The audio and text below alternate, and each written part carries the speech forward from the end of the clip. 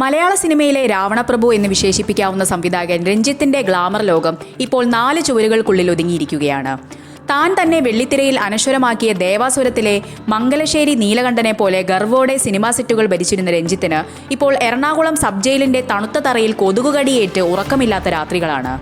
പണ്ട് സിനിമയിൽ നീലകണ്ഠൻ ചോദിച്ചതുപോലെ ഞാൻ എന്താടോ നന്നാവാത്തെ വാര്യരെ എന്ന ചോദ്യം സ്വന്തം മനസാക്ഷിക്ക് മുന്നിൽ ഒരു ചോദ്യചിഹ്നമായി അവശേഷിക്കുന്നു. ജയിലിനുള്ളിലെ അസൗകര്യങ്ങളും കൊതുകുശല്യവും അദ്ദേഹത്തെ ശാരീരികമായും മാനസികമായും തളർത്തുന്നുണ്ടെന്നാണ് റിപ്പോർട്ടുകൾ.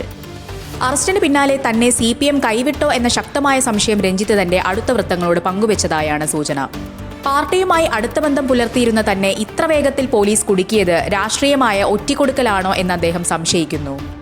അതീവ രഹസ്യമായി നീങ്ങിയ പോലീസ് നീക്കങ്ങൾ എങ്ങനെ വിജയിച്ചു എന്നതും തന്നെ സഹായിക്കാൻ ആരും മുന്നോട്ട് വരാത്തതും ഈ സംശയത്തിന് ബലം നൽകുന്നു. സർക്കാർ നിയമിച്ച ഹേമ കമ്മിറ്റി റിപ്പോർട്ടിന് പിന്നാലെ താൻ ബലിയാടായതാണോ എന്ന ആശങ്കയിലാണ് മോളിവുഡിലെ ഈ രാവണപ്രഭു.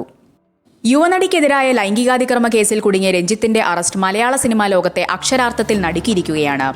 ജനുവരി 19 തൊടുപുഴയിലെ ഷൂട്ടിംഗ് സെറ്റിൽ വെച്ച് നടന്നുവെന്ന് പറയപ്പെടുന്ന സംഭവത്തിൽ പോലീസ് അന്വേഷണം ഇപ്പോൾ അതീവ നിർണായകമായ ഘട്ടത്തിലേക്ക് കടന്നിരിക്കുകയാണ്. കേസിൽ ഏറ്റവും പ്രധാനപ്പെട്ട തെളിവായി അന്വേഷണ സംഘം കാണുന്നത് സംഭവം നടന്നുവെന്ന് പറയപ്പെടുന്ന കാരവാന് പുറത്ത് CCTV ദൃശ്യങ്ങളാണ്.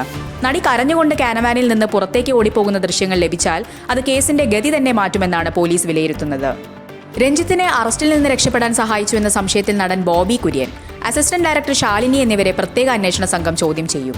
ബോബി കുര്യനെ വണ്ടൻമേട്ടിലുള്ള റിസോർട്ടിലെ രഹസ്യ അറകളിലേക്ക് രഞ്ജിത്തിനെ മാറ്റാൻ ശ്രമം നടന്നുവെന്നാണ് പോലീസിന് ലഭിക്കുന്ന വിവരം.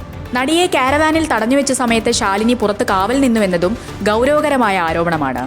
പോലീസിന്റെ ഓരോ ചുവടുവെപ്പും മുൻകൂട്ടി അറിഞ്ഞ മട്ടിൽ രഞ്ജിത്ത് ഒളിവിൽ പോകാൻ ശ്രമിച്ചത് വിവരച്ചോർച്ചയുണ്ടായോ എന്ന സംശയത്തിലേക്കും വിരൽ ചൂണ്ടുന്നു.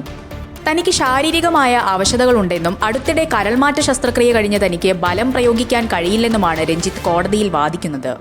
എന്നാൽ സിനിമാ സെറ്റിലെ അധികാരശക്തി ഉപയോഗിച്ച് നടിയെ പീഡിപ്പിച്ചു എന്ന ആരോപണത്തിൽ പോലീസ് വിട്ടുവീഴ്ചയ്ക്ക് തയ്യാറല്ല.